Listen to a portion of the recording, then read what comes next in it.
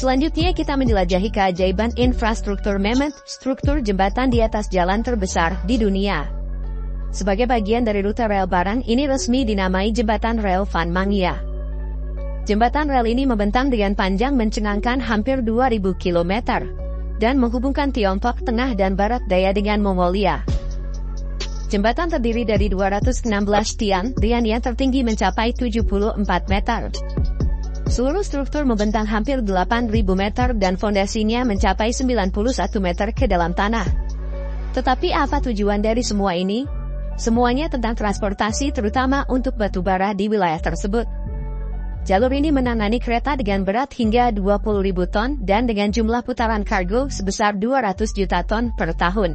Bayangkan saja skala pergerakan yang difasilitasi oleh infrastruktur luar biasa ini.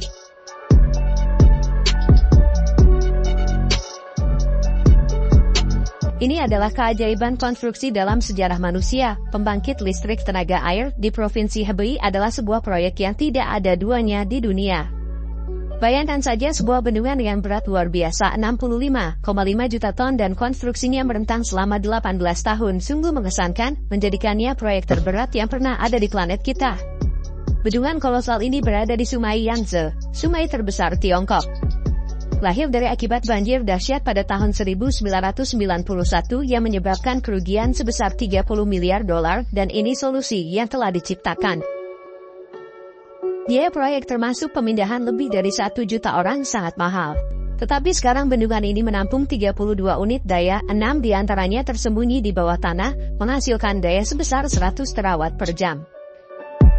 Kita bandingkan dengan sebuah pembangkit listrik tenaga panas akan perlu membakar sebanyak 50 juta ton batu bara untuk menyamakan produksi tersebut.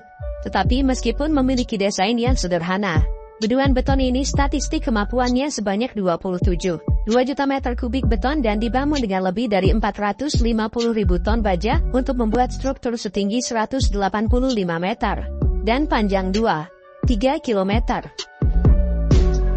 Kita bandingkan dengan menara Burj Khalifa yang berdiri setinggi 185 meter, dibutuhkan 85 kali lebih sedikit beton dan 7,5 kali lebih sedikit baja. Selanjutnya bersiaplah untuk kagum oleh terowongan Taihu, sebuah karya keajaiban arsitektur. Hanya dalam 4 tahun dan dengan investasi puluhan miliar dolar, insinyur Tiongkok mencapai hal yang tidak mungkin. Mereka menembus Danau Taihu menciptakan terowongan bawah air terpanjang dan terlebar di Tiongkok. Terowongan luar biasa ini memungkinkan kamu menyeberangi Danau Taihu dalam waktu hanya 8 menit. Berbeda dengan jembatan konvensional yang mungkin merusak keindahan alam, Tiongkok memilih rute ekspres bawah tanah. Merentang hampir 11 km, terowongan ini terasa seperti jalan ekspres rahasia yang terawat dengan baik dan menjadi salah satu terowongan terpanjang di dunia. Katakan selama tinggal pada kemacetan lalu lintas, Tiongkok punya solusi terowongan. Sementara jembatan Bai Panjang mengkhawatirkan kondisi cuaca, terowongan bawah air ini tetap tenang seperti mentimun dengan satu potensi jebakan pengemudi lalai di jalan yang begitu lurus. Untuk menjaga mereka terhibur, ribuan lampu LED melapisi jalan, mengubah perjalanan menjadi pertunjukan cahaya yang memukau seperti pesta diskotik untuk pengemudi tanpa lantai dansa. Meskipun terowongan Taihu mengesankan, ini bukanlah terowongan jalan raya terpanjang di dunia. Gelar itu dimiliki oleh terowongan Lardal di Norwegia. Tetapi Tiongkok telah menetapkan pandangan mereka untuk memecahkan rekor. Mereka berencana untuk membuat terowongan kereta api yang menakjubkan sepanjang 105,25 km antara Yontai dan Dalian yang akan membuat terowongan lain terlihat seperti gudukan tanah belaka. Ini semua bagian dari revolusi diam-diam Cina. Mari masuk ke dunia keajaiban arsitektur di Tiongkok.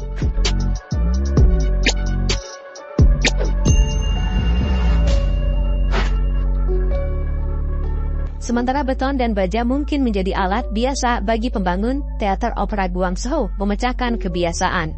Dirancang oleh arsitek terkenal Zaha Hadid, mahakarya kolosal ini adalah bukti kreativitas. Bayangkan 70.000 meter persegi ruang yang dibagi dengan cermat menjadi ruang segitiga yang menawan, menampung total 1.800 kursi. Yang lebih menarik adalah bagaimana alam menginspirasi setiap sudut dan lengkung dari permata arsitektur ini. Hadid mengambil inspirasi dari karya seni alam jurang sungai, lembah batu besar, dan lereng gunung untuk membuat struktur yang mencerminkan batu alam yang tersebar di sepanjang tepi Sungai Mutiara.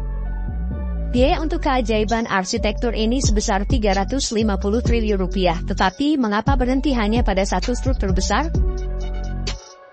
Di Harbin, sebuah opera house yang menakjubkan muncul lagi, bergema keindahan lanskap alam. Keajaiban arsitektur seluas 79.000 meter persegi ini menyerupai sinusoid dengan desain konveks konkavnya yang terbuat dari panel aluminium putih, duduk di atas pulau rawa. Pulau ini terhubung ke kota oleh jembatan jalan, menciptakan perpaduan yang mulus antara arsitektur dan alam sekitarnya. Bayangkan tembok putih rendah yang menyatu dengan penumpukan salju di musim dingin, meningkatkan koneksi opera house dengan lingkungan sekitarnya. Gedung opera ini bukan hanya struktur megah, tetapi juga menjadi pusat budaya, berfungsi sebagai tempat pertunjukan dan platform publik untuk seni teater. Mereka bukan hanya bangunan, mereka adalah pengalaman yang menggabungkan arsitektur dengan keindahan dunia alam. Selanjutnya, siap-siaplah untuk terkagum-kagum oleh permata mahkota langit-langit Shanghai, Menara Shanghai. Bayangkan ini tinggi mencengangkan 632 meter, dengan biaya mencapai 630 triliun rupiah. Dan ketika selesai pada tahun 2015, bangunan itu dengan bangga berdiri sebagai bangunan tertinggi di Tiongkok dan ketiga tertinggi di dunia. Tetapi ini bukan hanya tentang ketinggian, menara ini adalah simbol dari kekuatan ekonomi Tiongkok. Desain spiral berputar-putar terbuat dari tumpukan 9 silinder raksasa di atas satu sama lain, menciptakan total 138 lantai. Dan yang benar-benar keren, bagian luar bukan hanya kaca, itu seperti perisai superhero. Bayangkan kaca bening di luar dan logam yang ditutupi lubang super kuat di dalam. Duo dinamis ini membuat bagian dalam yang nyaman dan dapat mengontrol seberapa banyak sinar matahari yang masuk, semua sambil menghemat energi. Berbicara tentang energi, Menara Shanghai bukan hanya tinggi, tetapi juga hijau. Karena ini menggunakan energi lebih sedikit, yang berarti ramah lingkungan. Bahkan mendapatkan sertifikasi platinum yang sangat mewah karena keunggulannya dalam hal energi dan ramah lingkungan. Ini bukan hanya gedung perkantoran, tetapi itu adalah dunia di dalamnya. Bayangkan saja berbelanja, hiburan, dan bisnis semua bercampur seperti taman kota raksasa. Dan tebak apa? Jika kamu merasa berani, cepat naik ke puncak. Pemandangan dari dek pengamatan benar-benar luar biasa. Bayangkan lift berlomba naik dengan kecepatan yang membuat jantungmu melompat. Jadi, apakah kamu menyukai desain keren, ketinggian yang menakjubkan, atau hanya bersenang-senang? Menara Shanghai memiliki semuanya. Ini bukan hanya sebuah bangunan, ini adalah sekilas ke masa depan arsitektur, dan pengingat bahwa langit adalah batas ketika datang pada imajinasi manusia. Selanjutnya, bersiaplah untuk terkagum-kagum. Pembangun Tiongkok telah mengambil tantangan epik membentuk lanskap dengan tekad mereka yang luar biasa. Memang Tiongkok menghadapi kekurangan ruang hidup, tetapi pemerintah Cina telah memulai proyek monumental, meratakan gunung untuk menciptakan area yang luas demi pemukiman manusia. Bagaimana caranya? Dengan menggunakan tanah dan batu dari gunung untuk mengisi lembah, memperluas kota hingga ratusan kilometer. Mereka memulai proyek penambangan kolosal, meratakan 700 bukit lainnya, dan pemindahan gunung terbesar yang pernah terlihat. Sejumlah 4.000 triliun akan diinvestasikan dalam usaha revolusioner ini untuk menciptakan ruang bagi metropolis baru yang megah. Harapan bahwa kota baru ini dapat meningkatkan PDB wilayah itu sebesar 4.500 triliun pada tahun 2030. Proyek mana yang membuatmu terkesan? Tulis apa yang kamu pikirkan di komentar dan sampai jumpa di video berikutnya.